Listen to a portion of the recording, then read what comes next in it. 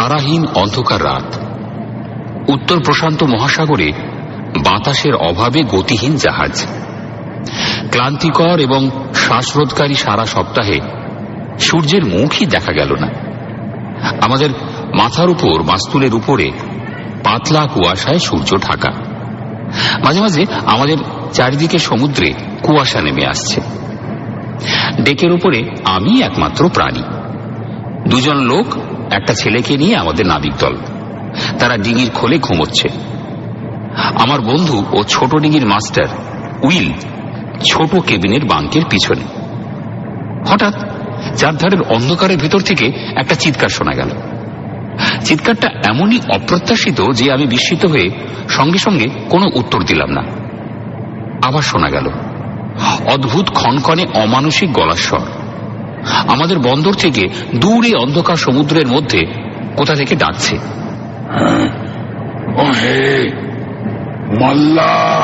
মনে সাহস এনে উত্তর দিলাম, কি করছো তুমি? তুমি কি চাও? কে তুমি? তোমার ভয় পাবার কিছু নেই। অদ্ভুত একটা স্বরে সে উত্তর দিল। হয়তো সে আমার কথার মধ্যে কিছু একটা বিভ্রান্তি লক্ষ্য করেছিল। আমি একটু তীব্রভাবে জিজ্ঞেস করলাম, তবে কাছে আসছো না কেন? আমি যে একটু ভয় পেয়েছি সেটা তাকে জানতে দিতে চাই না। আমি পারবো না, এটা নিরাপদ হবে না। আমি কথা বন্ধ হয়ে গেল। চারদিকে একটা অদ্ভুত নীরবতা বিরাজ করতে লাগলো। তুমি কি বলতে চাও? আরো আশ্চর্য হয়ে গেলাম। কোনো উত্তর নেই। কোথায় তুমি? তুমি কেন নিরাপদ নও? কান পেতে শোনার চেষ্টা করলাম, কিন্তু কোনো উত্তরই এলো না। তারপরই হঠাৎ অজানা এক সন্দেহে দ্রুত কম্পাস রাখার বক্সের ওপর দাঁড়িয়ে আলোর লণ্ঠনটা এগিয়ে ধরলাম। ঠিক সেই সময় উইলকে জাগাবার জন্য পায়ের গোড়ালি দিয়ে ডেকের ওপর শব্দ করলাম। রেলিং এর ধারে এসে হলদে আলোটা নিস্তব্ধ গভীরতার দিকে দেখালাম। এইরকম বারবার করার সময় আমি একটা অস্পষ্ট চাপা শব্দ শুনতে পেলাম।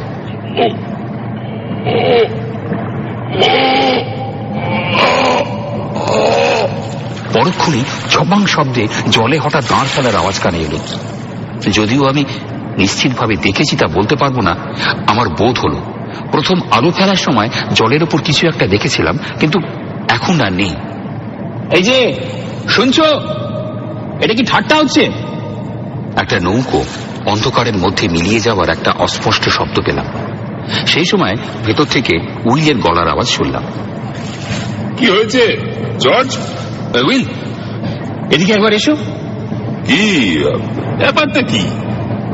আমি তাকে অদ্ভুত ঘটনার কথা বললাম। সে আমাকে কতগুলো প্রশ্ন করলো। তারপর এক মুহূর্ত থেমে মুখে হাত রেখে চিৎকার করে আহ্বান জানিয়ে বলল, ওহ, এই যে নৌকো। অনেক দূর থেকে একটা ক্ষীণ উত্তর ভেসে এলো। আমার সঙ্গী আবার ডাক দিল। একটু পরেই কিছুক্ষণ নীরবতার পর চাপা দাঁড় টানা শব্দ কানে এলো। আবার উইল চিৎকার করে উঠল, এই যে নৌকো। এইবার একটা উত্তর এলো, আলো নিভিয়ে দাও। আমি রাজি হলাম না, কিন্তু যেমন করতে বলা হচ্ছে উইল আমাকে তাই করতে বলল। আমি বুলওয়ার্কের নিচে আলোটা ঢুকিয়ে রাখলাম। হ্যাঁ,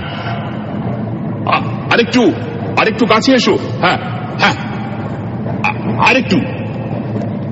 দাঁড় ফেলা শব্দ কানে এলো। স্পষ্ট বুঝতে পারলাম একটু দূরে এসে সেটা বন্ধ হয়ে গেল। উইল জোর গলায় বলল, হ্যাঁ, এই পাশটা এসো। চলে এসো। এখানে ভয়ের কিছু নেই। কথা দাও, আলো দেখাবে না। আলোকে এমন ভয় পেলে তোমাকে নিয়ে আমরা কি করতে পারি বলো তো? কারণ বলতে আরম্ভ করে হঠাৎ থেমে গেল। চটপট আমি জিজ্ঞেস করলাম, কি কারণ কি? উইল চাপা গলায় বলল, আরে এক মিনিট চুপ করে থাকো, আমাকে ব্যাপারটা দেখতে দাও। সে রেলিং এর ওপর আরো ঝুঁকে দাঁড়ালো। ওই মশাই, এই গভীর সমুদ্রে তোমার এভাবে আমাদের কাছে আসাটা একটা অদ্ভুত ব্যাপার মনে হচ্ছে। ভোজবাজি দেখিয়ে তুমি যে আমাদের ঠকাচ্ছ না তা কি করে বুঝবো? তুমি বললে একা আছো, তোমাকে না দেখলে কি করে বুঝবো বলো? আর আলোতেই বা তোমার আপত্তি কিসে? তার কথা শেষ হতেই আমি আবার দাঁড় টানা শব্দ শুনলাম। তারপরই তার গলা স্বর মনে হচ্ছে আরো দূর থেকে, হতাশা ও করুণ সেই স্বর। আমি দুঃখিত, আমি খুব ক্ষুধার্ত, তা না হলে তোমাদের কষ্ট দিতাম না। আর আমার সঙ্গে একজন স্ত্রী লোকও আছে। সে স্বরটা মিলিয়ে গেল। ঝুপঝুপ করে দাঁড় ফেলা শব্দ হচ্ছে, সেটাও খুব স্বাভাবিকভাবে নয়। থামো! উইল চিৎকার করে উঠল। তোমাকে তাড়িয়ে দিতে চাই না, ফিরে এসো। তুমি যদি পছন্দ না করো আমরা আলো সরিয়ে রাখবো। তারপর আমার দিকে ফিরে বলল, এটা একটা অদ্ভুত বিচিত্র কৌশল। আমার মনে হয় ভয় পাওয়ার কিছু নেই। আমি বললাম, না, মনে হয় এখানে কোথাও তার নৌকোর কিছু ক্ষতি হয়েছে, তাই একটু পাগলামি করছে। দাঁড়ের শব্দ আরো কাছে এগিয়ে আসছে। কাঠের পটাতনের নিচে লণ্ঠনটা রাখো। এই বলে উইল রেলিং এ ঝুঁকে কিছু একটা শোনার চেষ্টা করল।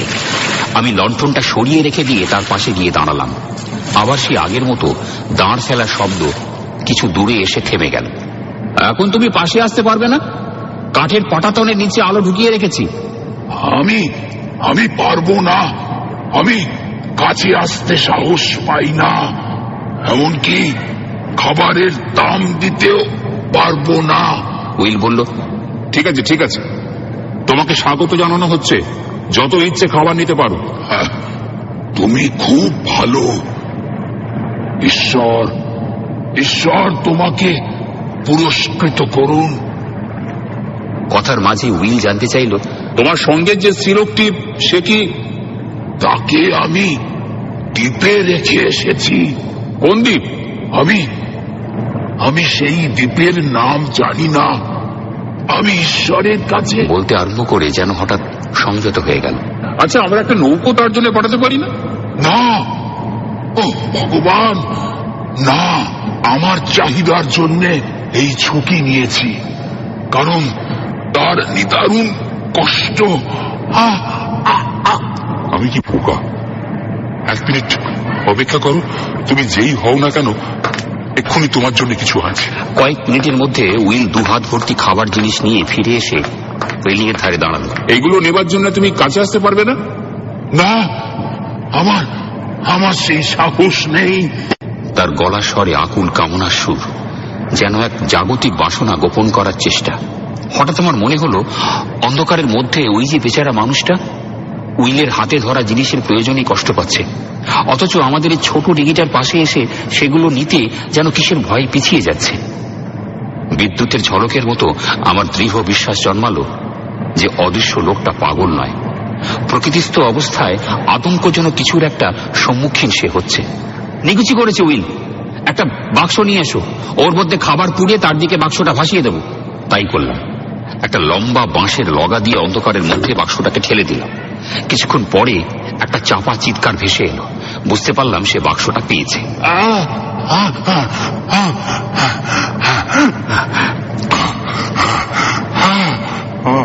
একটু পরে সে আমাদের বিদায় সম্ভাষণ জানালো, সেই সঙ্গে হৃদ্যতাপূর্ণ আশীর্বাদ বাণী উচ্চারণ করল। ধীরে ধীরে দাঁড়ের শব্দ অন্ধকারে মিলিয়ে গেল। এত তাড়াতাড়ি চলে গেল? উইল যেন মনে একটু আঘাত পেল। আমি বললাম, অপেক্ষা করো, মনে হয় সে আবার ফিরে আসবে। খাবারটা তার খুবই প্রয়োজন ছিল। এক মুহূর্ত চুপ করে থেকে উইল আবার বলল, আর স্ত্রীলোকটি? আমার মাছ ধরা শুরুর থেকে এই প্রথম এমন একটা অদ্ভুত ব্যাপার দেখলাম। হ্যাঁ, এই বলে আমি গভীর চিন্তায় ডুবে গেলাম। বিস্ময়ে অবাক হয়ে দাঁড়িয়ে সময় চলে যেতে লাগলো। 1 ঘন্টা, আরো 1 ঘন্টা। উইল আমার সঙ্গে দাঁড়িয়ে আছে। এই বিচিত্র এক অভিজ্ঞতা তার চোখের ঘুম কেটে নিল। আরো 1 ঘন্টার পর নিস্তব্ধ সমুদ্রের মধ্যে আবার দাঁত টানা শব্দ শুনতে পাওয়া গেল। দেখো, উইলের চাপা স্বরে উত্তেজনা। সে আসছে। ঠিক ঠিক আমি যা ভেবেছিলাম। জলের মধ্যে দাঁড় পড়া শব্দ কাছে আসছে। সেটা আরো দীর্ঘ সময় নিচ্ছে। আবার খাবারের প্রয়োজন হয়েছে কি? একটু দূরে এসে আওয়াজটা থেমে গেল এবং অন্ধকারের মধ্যে সেই অদ্ভুত স্বর ভেসে এলো, ওহে মাল্লা। উইল জানতে চাইল, আবার কি হলো? হ্যাঁ, আমি চলে গিয়েছিলাম, কিন্তু ভীষণ দরকারে আবার আসতে হলো। উইল জিজ্ঞেস করলো, স্ত্রীলোকটি? স্ত্রীলোকটি এখানে কৃতজ্ঞ, কিন্তু খুব শিগগিরই সে স্বর্গে আরো কৃতজ্ঞ হবে। উইল কিছু একটা বলতে চাইল, কিন্তু পারল না, বিভ্রান্ত হয়ে পড়ল। আমি চুপ করে রইলাম। তার এই হঠাৎ বিরতিতে আমি চিন্তা করতে লাগলাম। এছাড়াও তার প্রতি আমার গভীর সমবেদনা জেগে উঠল। সে বলতে লাগলো, আমরা মানে সে ও আমি ভগবানের কৃপা লাভ করে কত গল্প করেছি, এবং এবং তোমাদের আমি তোমাদের কাছে প্রার্থনা করছি, আজ রাতে তোমাদের দানকে ছোট মনে করো না। নিশ্চয়ই জানবে তার নজর এড়ায়নি। আমাদের ভাগ্যে যা ঘটেছে সেই নিয়ে আমরা দুজনে কথা বলছিলাম। আমরা ভেবেছিলাম আমাদের জীবনে যে আতঙ্ক এসেছে, কাউকে না জানিয়ে দূর দেশে চলে যাব। সে আমার সঙ্গে বিশ্বাস করে আজ রাতের ঘটনা কোনো এক বিশেষ নিয়মেই ঘটেছে।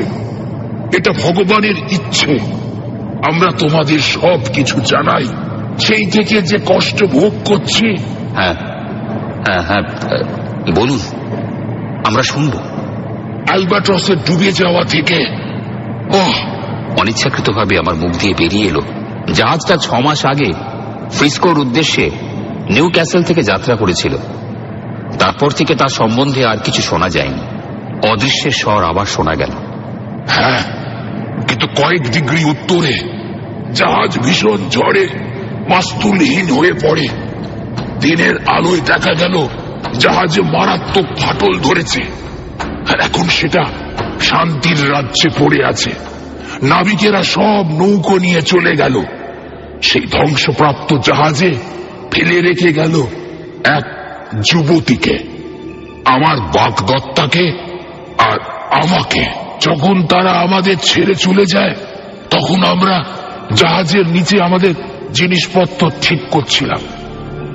ভয়ে একেবারে বিহ্বল হয়ে তারা বাহ্য জ্ঞান শূন্য হয়ে পড়েছিল। আমরা ডেকের উপরে উঠে দেখলাম দূরে তাদের বিন্দুর মতো দেখাচ্ছে। তবু আমরা হতাশ হইনি। একটা ছোট ভেলা তৈরি করতে লেগে গেলাম। যতটুকু জিনিস ধরা সম্ভব ভেলাতে নিয়ে তুললাম। তার মধ্যে কিছু জল ও বিস্কিট ছিল। জাহাজটা অনেকটা জলের ভেতর ডুবলে আমরা ভেলায় চড়ে ভেলা ফেলে দিলাম। হ্যাঁ, পরে আমি লক্ষ্য করলাম আমরা জোয়ার বা স্রোতের টানে পড়েছি। জাহাজ থেকে আমরা কোনাকুনি ভেসে চলেছি। আমার ঘড়িতে 3 ঘন্টা চলার পর জাহাজের হাল আমাদের দৃষ্টির বাইরে চলে গেল। তার ভাঙা মাস্তুলটা আরো কিছুক্ষণ পর দেখা গেল। সন্ধ্যের দিকে কুয়াশা নেমে এলো। সারা রাত এইভাবে চলল। পরের দিন কুয়াশা আমাদের ঢেকে রাখল। আবহাওয়া শান্তই ছিল। 4 দিন কুয়াশার মধ্যে ভাসতে ভাসতে সন্ধ্যের সময় দূরে ঢেউ আছড়ে পড়ার শব্দ কানে আসতে লাগলো। ক্রমশ সেই আওয়াজ পরিষ্কার হয়ে এলো। সারা রাতের পরেই আমাদের দুপাশে আওয়াজ শুনতে পেলাম। ভেলাটা কয়েকবার উঁচু হয়ে উঠল। তারপরই আমরা অশান্ত জলে পড়লাম। সে কি দুরন্ত ঘূর্ণি! আমাদের পেছনে ঢেউ ভাঙার শব্দ। দিনের আলোয় দেখলাম আমরা একটা বিরাট হ্রদে পড়েছি। সেই সময় এই ব্যাপারে আমরা বিশেষ লক্ষ্য করি। আমাদের খুব কাছে কুয়াশার মধ্যে অস্পষ্ট দেখলাম একটা বড় জাহাজের হাল। একসঙ্গে দুজনে হাঁটু গেড়ে বসে ভগবানকে ধন্যবাদ জানালাম। আমরা ভাবলাম আমাদের দুর্দশার এখানেই শেষ। অনেক কিছু তখনও আমাদের জানার ছিল। বেলাটা জাহাজের কাছে গেলে আমরা তাদের চিৎকার করে জাহাজে তোলার জন্য বললাম, কিন্তু কেউ সাড়া দিল না। জাহাজের গায়ে ভেলাটা লাগলো। একটা দড়ি ঝুলতে দেখে আমি সেটা ধরে উপরে উঠতে লাগলাম। দড়িটায় ধূসর রঙের শ্যাওলা জলে এমন হড়হড়ে হয়েছিল যে আমাকে অনেক কষ্ট করতে হয়েছিল। জাহাজের গায়েও আঁচিলের মতো ছাতা ধরেছিল।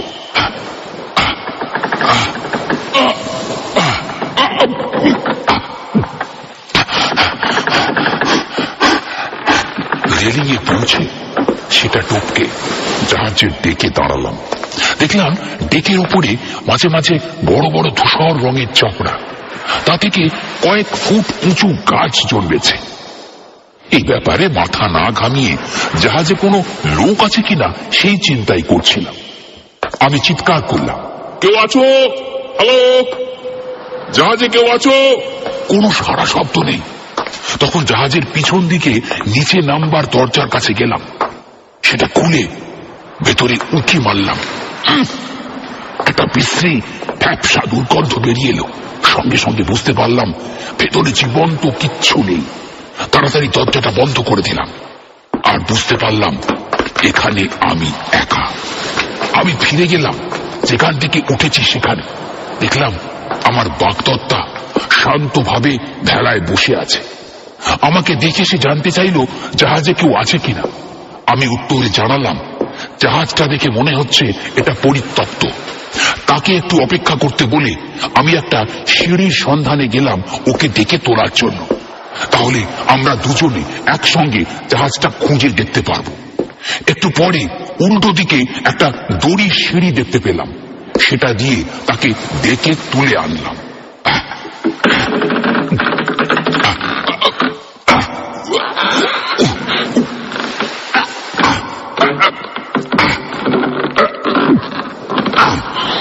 জাহাজের কেবিন ও ঘরগুলো দুজনে ঘুরে ঘুরে দেখতে লাগলাম। কোথাও কোনো জীবনের চিহ্ন নেই। এখানে ওখানে, এমনকি কেবিনের মধ্যেও ছাতা গজিয়ে উঠেছে। আমার বাগদত্তা জানালো এগুলো পরিষ্কার করা যেতে পারে। জাহাজের পিছন দিকটার মতো সামনেও জীবনের লক্ষণ দেখা গেল না। নিঃসন্দেহ হয়ে আমরা জাহাজের পিছন দিকে ফিরে এসে যতটা সম্ভব আরাম উপভোগের বন্দোবস্ত করতে লাগলাম। দুজনে মিলে দুটো কেবিন পরিষ্কার করে ফেললাম। তারপর কিছু খাবারের সন্ধান করতে ছুটে গেলাম। প্রাণ খুলে ভগবানকে তার দয়ার জন্য ধন্যবাদ জানালাম। এই সঙ্গে ভালো জলের পাম্পও আবিষ্কার করলাম। এটা ঠিক করে পাম্পে জল তুলে মুখে দিয়ে দেখলাম কিছুটা বিস্বাদ। কয়েকদিন আমরা সেই জাহাজেই কাটালাম। ডাঙায় যাওয়ার কোনো চেষ্টা করলাম না। জায়গাটা বসবাসের উপযোগী করে তুলতে ব্যস্ত রইলাম। এসব সত্ত্বেও আমরা আমাদের দুর্ভাগ্য সম্বন্ধে সচেতন। প্রথমেই আমরা কেবিনের মেঝেতে ও দেওয়ালে যে শ্যাওলার চাপড়া ছিল সেগুলো পরিষ্কার করলাম। কিন্তু আশ্চর্য, 24 ঘন্টার মধ্যে আবার সেগুলো গজে উঠল। এগুলো যে আমাদের শুধু নিরুৎসাহ করলো তাই নয়, একটা অনিশ্চিত অস্বস্তির মধ্যে ফেলল। আবার নতুন উদ্যমে সেগুলো পরিষ্কার করে ভাড়ার থেকে পাওয়া অ্যাক্টিন কার্বলিক দিয়ে ভিজিয়ে দিলাম। অদ্ভুত, সপ্তাহের শেষে আবার দেখলাম এক জায়গাতেই নয়, অন্যান্য জায়গাতেও ছড়িয়ে পড়ছে। মনে হচ্ছে আমাদের হাতের ছোঁয়া লেগে বীজাণু ছড়াচ্ছে। 7ম দিনে সকালে ঘুম ভাঙলে আমার বাগদত্তা অবাক হয়ে দেখল তার বালিশে একেবারে মুখের কাছে ছত্রাক জন্মেছে। সঙ্গে সঙ্গে উঠে এসে আমার কাছে এলো। সেই সময় আমি জাহাজের রান্নাঘরে ব্রেকফাস্ট তৈরি করার জন্য আগুন জ্বালাচ্ছিলাম। সে আমাকে টেনে নিয়ে গেল। বালিশের উপর ছত্রাক দেখে আমি ভয় শিউরে উঠলাম। তখনই আমরা ঠিক করলাম জাহাজ ছেড়ে ডাঙায় গিয়ে থাকবার বন্দোবস্ত করব। তাড়াতাড়ি করে আমরা কিছু জিনিস গুছিয়ে নিতে লাগলাম। তার মধ্যেও আমি লক্ষ্য করলাম ছত্রাক ধরতে আরম্ভ করেছে। একটা শলের একধারে ঠেলার মতো ছত্রাক ধরেছে। আমার বাগদত্তাকে কিছু না বলে আমি সেটা শল থেকে ছেড়ে ফেললাম। ভেলাটা তখনও জাহাজের পাশে ছিল। এমন জবরজং ভেলা নিয়ে চলা যায় না। রেলিংয়ের ধারে ঝোলানো একটা ছোট নৌকো জলে নামিয়ে দিলাম। এতে চড়েই আমরা ডাঙায় যাব। যতই আমরা ডাঙার কাছে যেতে লাগলাম ক্রমেই আমি সচেতন হয়ে উঠলাম। সেই জঘন্য ছত্রাক যা আমাদের জাহাজ থেকে বিতাড়িত করেছে তা এখানেও হৈ হৈ করে বাড়ছে। এক এক জায়গায় ভয়ঙ্কর ও অদ্ভুতভাবে উঁচু ঢিবি হয়ে আছে।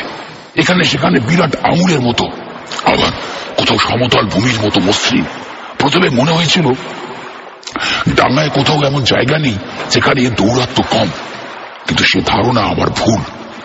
একটু পরে ডাঙার কাছে আস্তে আস্তে সাদা ছোপ দেখে মনে হলো মিহি বালি। সেখানেই আমরা নামলাম। এটা বালি নয়, তবে কি তা বুঝতে পারলাম না। একটু মনোযোগ দিয়ে দেখে বুঝলাম এতে ছত্রাক জন্মাতে পারে না, কিন্তু সব জায়গায় কেবল বালিময় জায়গাটুকু ছাড়া সেই ধূসর জঘন্য ছত্রাক ছাড়া আর কিছুই দেখা যায় না। একটা জায়গা একেবারে এর থেকে মুক্ত দেখে কি যে আনন্দ হয়েছিল তা বলে তোমাদের বোঝাতে পারবো না। তারপর আবার ফিরে গেলাম জাহাজে। সেখানে আমাদের সব জিনিসপত্র রাখলাম। অন্য জিনিসের মধ্যে জাহাজের পালগুলো নিয়ে এসে দুটো ছোট তাঁবু খাটালাম। যদিও সেটা ঠিক মতো হলো না, তবে কাজ চালাবার পক্ষে যথেষ্ট। এরই মধ্যে বাস করতে লাগলাম ও নানা প্রয়োজনীয় জিনিস রাখলাম। 4 সপ্তাহ বেশ ভালোভাবেই কাটলো, খারাপ কিছু ঘটল না। প্রকৃতপক্ষে বেশ আনন্দেই কেটেছে, কারণ আমরা দুজনে একসঙ্গে ছিলাম। তারপর তার ডান হাতের আঙুলে প্রথম ছত্রাক জন্মাতে দেখা গেল। একটা ছোট গোলাকার বস্তু, ঠিক তিলের মতো। ঈশ্বর! যখন সে আমাকে জায়গাটা দেখালো, কি ভয়েই না আমার বুক দুরু দুরু করে উঠেছিল। আমরা দুজনে সেটা কার্বনিক আর জল দিয়ে পরিষ্কার করলাম। পরের দিন সকালে সে আবার আমাকে তার হাতটা দেখালো। ধূসর আঁচিলের মতো বস্তুটা আবার দেখা যাচ্ছে। কিছুক্ষণ নীরবে আমরা পরস্পরের দিকে চেয়ে রইলাম। বিনা বাক্যে আবার আমরা সেটা পরিষ্কার করে ফেললাম। এরই মধ্যে সে হঠাৎ আমার মুখের দিকে তাকিয়ে চমকে উঠল। আমি আমার মুখে হাত দিয়ে দেখলাম আমার কানের পাশে চুলের নিচে আঙুল রেখে অনুভব করলাম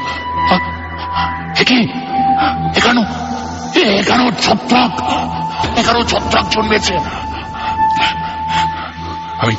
আমি আবার জল আর কার্বনিক দিয়ে ধুতে শুরু করলাম। আমার বাগদত্তা আমাকে ছুঁতে ভয় পাচ্ছে।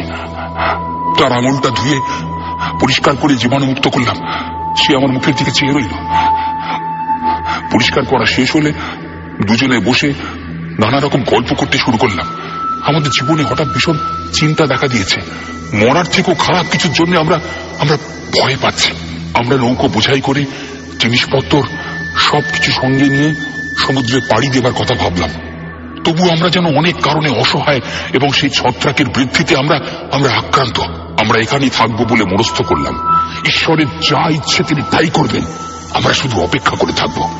1 মাস, 2 মাস, 3 মাস এইভাবে কেটে গেল। আরো বিস্তীর্ণ জায়গা আক্রান্ত হলো। সত্যি বলতে কি, আমাদের শ্রমসাধ্য প্রয়াসে তাদের বৃদ্ধি আমরা কিছুটা হ্রাস করতে পেরেছি। মাঝে মধ্যে জাহাজে গিয়ে আমাদের প্রয়োজনীয় কিছু বস্তু নিয়ে আসি। সেখানে ক্রমশ ছত্রাকের বৃদ্ধি দেখলাম। ডেকের উপরে ছত্রাকের জীবী আমার মাথার সমান উঁচু হয়েছে। আমরা এই দ্বীপ ছেড়ে যাওয়ার সমস্ত ভাবনা চিন্তা ছেড়ে দিলাম। স্পষ্টভাবে উপলব্ধি করলাম যে জিনিসে ভুগছি তা নিয়ে কোনো সুস্থ মানুষের মধ্যে যাওয়া ঠিক নয়। আর তাছাড়া সেই সুস্থ মানুষরা আমাদের দিকে ভয়ও পেতে পারে। একটা সংকল্প নিয়ে আমরা আমাদের খাবার আর জল বুঝে সুঝে খরচ করা স্থির করলাম, কারণ হয়তো আমাদের এখানে অনেক বছর থাকতে হবে। কিন্তু কতটুকু খাদ্য অবশিষ্ট আছে সে বিষয়ে কোনো ধারণা ছিল না। 1 সপ্তাহ পরে আবিষ্কার করলাম যে রুটির ট্যাঙ্কগুলো ভর্তি ভেবেছিলাম সেগুলো একেবারে খালি। সবজি, মাংস আর অন্য জিনিস ছাড়া আমাদের নির্ভর করার আর কিচ্ছু নেই। অবশ্য এখন যেটা থেকে রুটি নিচ্ছি সেটা ভর্তি আছে।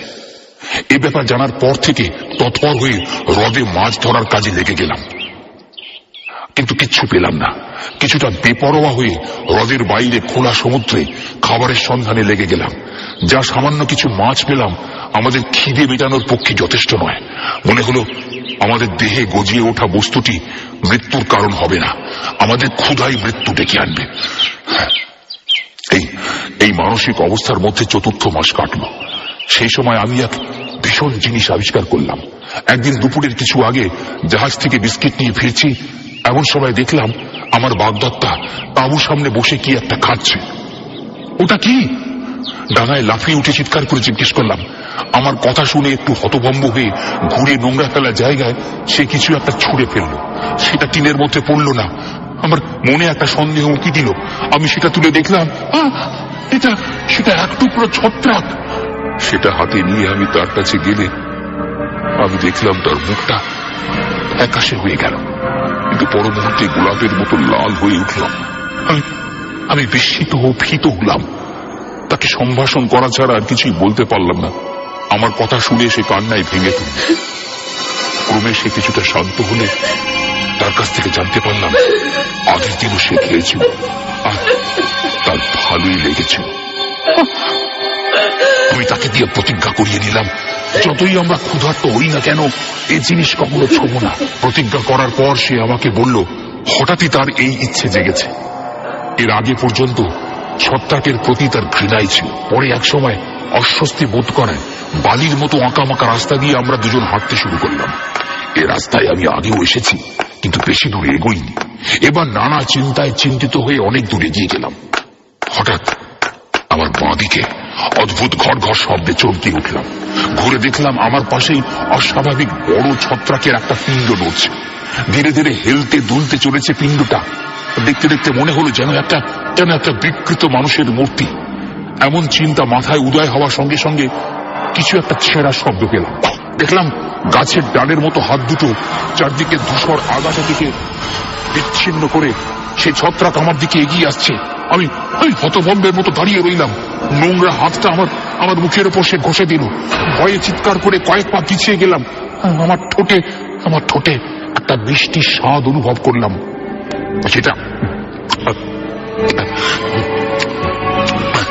সেটা জিভ দিয়ে চাটতেই একটা অমানসিক ইচ্ছে মনে জেগে উঠল। আমি এক গোটা ছত্রাক ছিঁড়ে নিলাম। তারপর আরো খেতে শুরু করলাম। কিছুতেই যেন আর তৃপ্তি হয় না। সাগ্রহে গেলবার সময়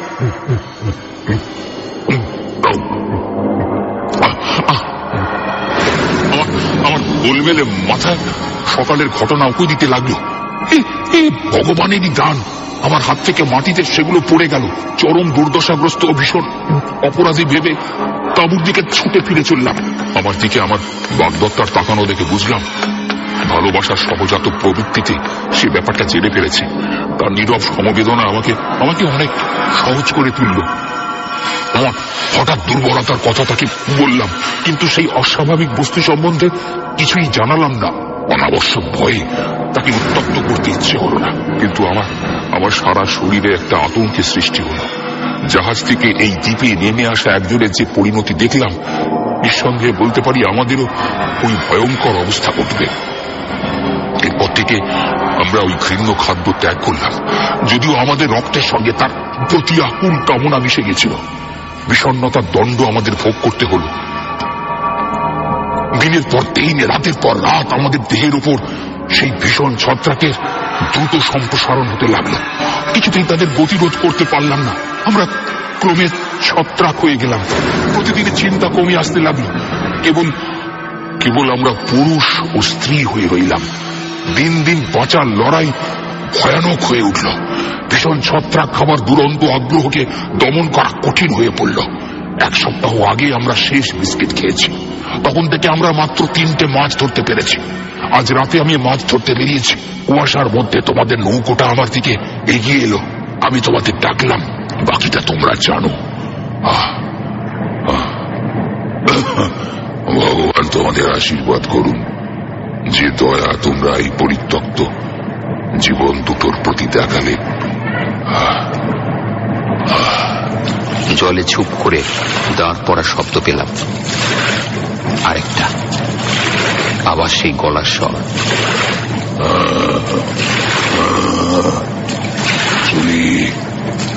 আবার দেখা হবে হয়তো, কিংবা হবে না। চলি, ঈশ্বর তোমাদের মঙ্গল করুন। চারদিকে কুয়াশার ভেতর থেকে সেই ভয়াবহ ও শোকার্ত স্বর শেষবারের মতো শোনা গেল। ভগবান তোমাদের মঙ্গল করুন। বিদায়, বিদায়, বিদায়। আমাদের গলার স্বর আড়ষ্ট। ধীরে ধীরে দিনের আলো ফুটে উঠছে। দিকচক্র বলে সূর্যরশ্মির ছটা সাগরের বুক চিরে জেগে উঠছে। কুয়াশায় তা নিষ্প্রভ। অনুজ্জ্বল আলোয় ফিরে যাওয়া নৌকোটা ছায়ারূপ দেখা যাচ্ছে। অস্পষ্টভাবে দেখলাম দাঁড়ের মাঝে কি যেন একটা তালে তালে দুলছে। হ্যাঁ, সেটা একটা স্পঞ্জ ভেবেছিলাম, বড় ধূসর বর্ণের একটা স্পঞ্জ। দাঁড় চলছে, নৌকোর মতো সেগুলোও ধূসর। দাঁড় ও হাতের সংযোগস্থল দেখার জন্য বৃথাই আমার দৃষ্টি ফিরছে। হঠাৎ মাথার দিকে চোখ পড়ল। দাঁড়টা পিছনে টানার সময় মাথাটা সামনে ঝুঁকছে। আবার জলে দাঁড় পড়ছে। নৌকোটা দূরে চলে যাচ্ছে। কিন্তু কিন্তু ওটা কি? ওঠানামা করছে মানুষ। ছত্রাক।